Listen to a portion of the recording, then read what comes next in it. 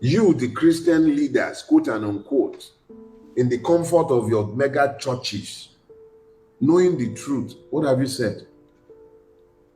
What have you said? God don't catch all of una now. You can't go and be doing your multiple preaching assignments up and down the place in America where you earn fat or honorarium, pretending to be Christians, playing performative Christianity in front of audiences and lying to them before David will be Saul. Nonsense.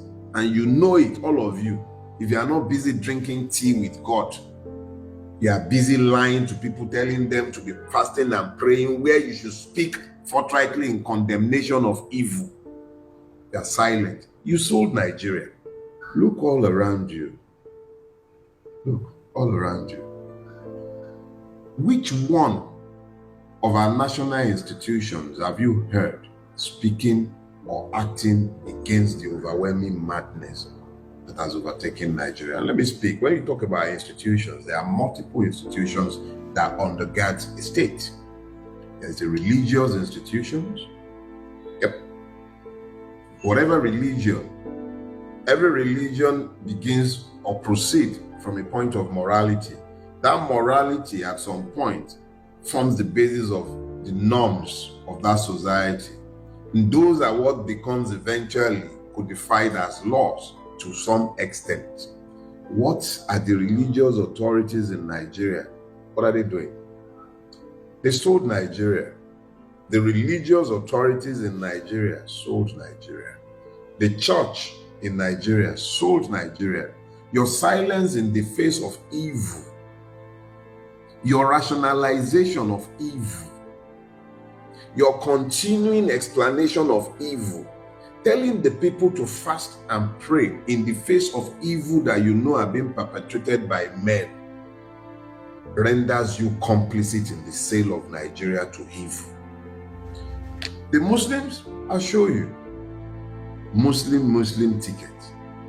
You found nothing wrong in promoting division in a place where unity should be preached. You thought there was something to be gained in subjugating another religion?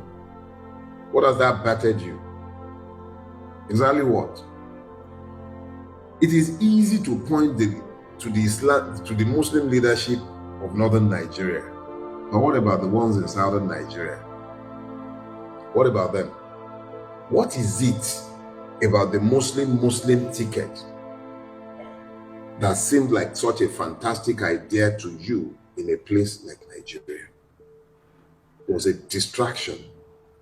You all joined this distraction simply because of your interests, selfish interests. Look at where we are today. Nigeria is sold because of your silence. Nigeria is sold because of the sermons you preached, normalizing this evil, inviting it, preaching to make it seem like the right thing to do.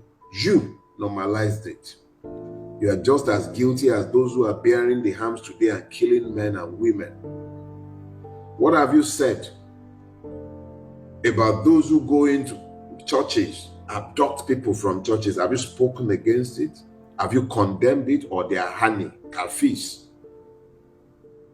You, the Christian leaders, quote and unquote, in the comfort of your mega churches, knowing the truth, what have you said? What have you said? God don't catch all of una now.